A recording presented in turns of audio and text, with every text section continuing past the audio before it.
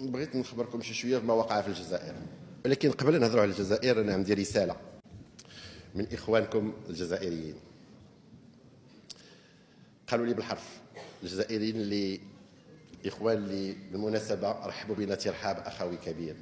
جلسنا تقريبا اسبوع، الناس اللي قابلناهم اقسم بالله لو بدون استثناء ناس ابانوا على كل الحب والتقدير ماشي لنا ولكن لكم كمغاربه من خلالنا.